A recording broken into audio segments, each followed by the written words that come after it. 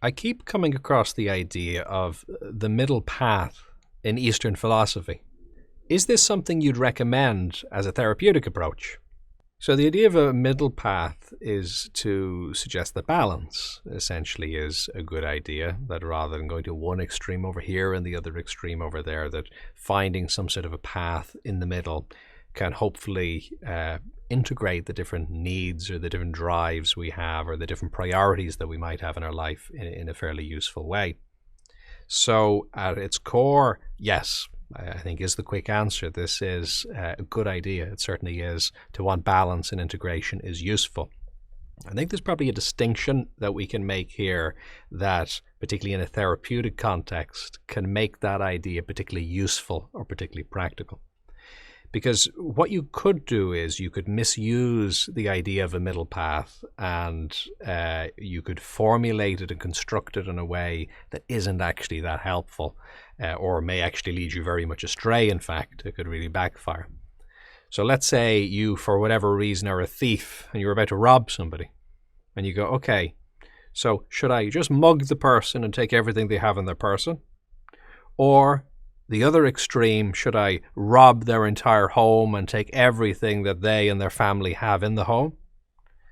And you stop and you think, okay, let me take the middle path perhaps. Let me just choose a room and ransack that room and just take all of those items. So you can probably see the problem there with the way that's been formulated.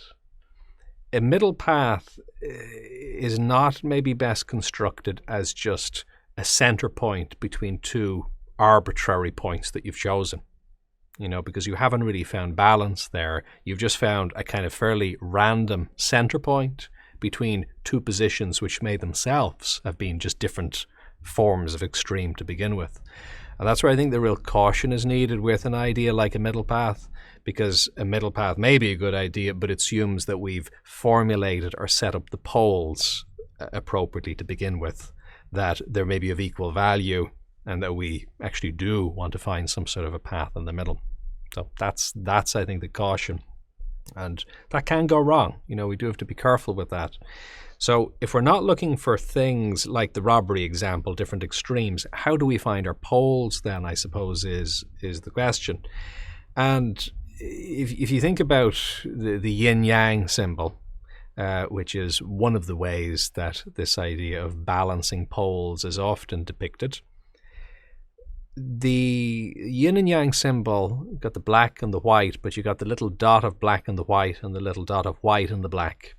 And the idea being there that actually these aren't separable things in a sense. They're two aspects of a system that are deeply interconnected with each other. So it's not really one versus the other.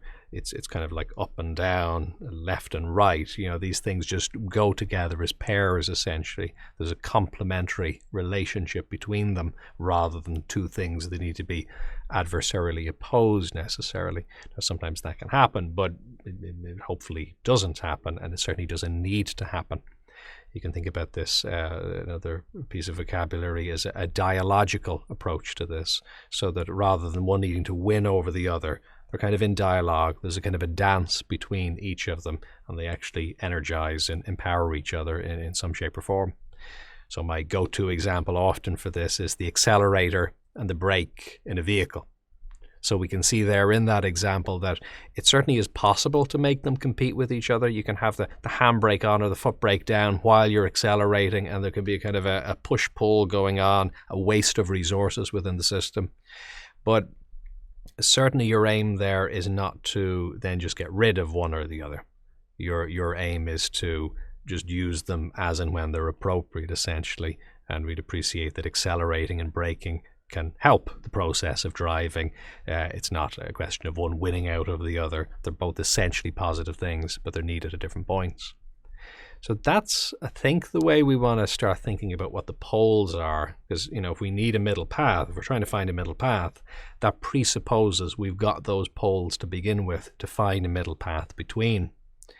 So where we want to look towards, I think, a bit more are things like core needs, kind of fundamental principles, rather than just arbitrary topics that come up, like the robbery example. That's clearly highly unbalanced to begin with. where maybe if we were using that example, we'd want to think of the extreme of robbery on one, and then the other extreme might be actually just giving everything that we have away. And we might say, well, is there a space in the middle where I'm not giving away everything, which is maybe not meeting my basic needs? And if my basic needs were met, I could actually help more people and maybe contribute more to the world than giving my possessions away. So it's not necessarily that simple, even if we just care about others. And then the other extreme is to take things that aren't ours in a spectrum, not so helpful. So the middle path there would be something in the middle of saying, okay, well, how can I maybe have what I have, but use it really well? You could actually give things away and do less good in the world than if you have the things you have, but you really use them in a very caring way as tools to support other people. So, we can see that might make more sense than as a middle path. And like the accelerator and the brake example, the middle path may vary a little bit where it is. It's more of a useful principle, I suppose, to guide us, because you may need to sometimes push a little bit to one direction, push a little bit to the other. But it's more like the idea of a pendulum, which kind of swings from side to side, but then kind of slowly stops and finds its balance. It's the idea of having that idea of a balance that you're almost magnetically pulled to, which I think can be fairly useful. One of the classic examples, and it comes up a huge amount therapeutically as a set of two poles, is the competition between safety on one hand and freedom on the other. So moving towards things and drawing back away from things are just such core fundamental aspects of being any living creature, not even just humans. It's a kind of a universal principle: progress and retreat. And that's one of the things we got to get good at doing, is knowing when to do each. It's not necessarily obvious, and certainly as kids we don't often get that right. We'll push towards things that maybe are dangerous for us, or then we'll pull back from opportunities, and it's a kind of a synchronization question, rather like learning to drive or learning to walk or learning to cycle, knowing when to do which. So that's a good example of core poles, because we can see that fundamental principles like freedom and safety, they're not going to go anywhere really. They're always going to be issues. So hopefully in a day-to-day sense, rather than just taking an arbitrary middle path between things that aren't really well adjusted, they're not really poles to begin with, maybe what we can do is we can say, well, what are my core needs here?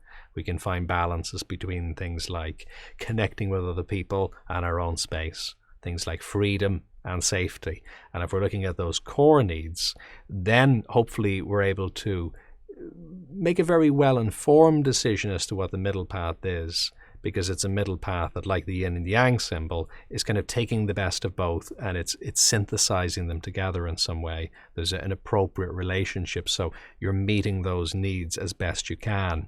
Now, it may involve like walking, you're walking a little bit on the left foot, a little bit on the right foot, and that way you're moving back and forward.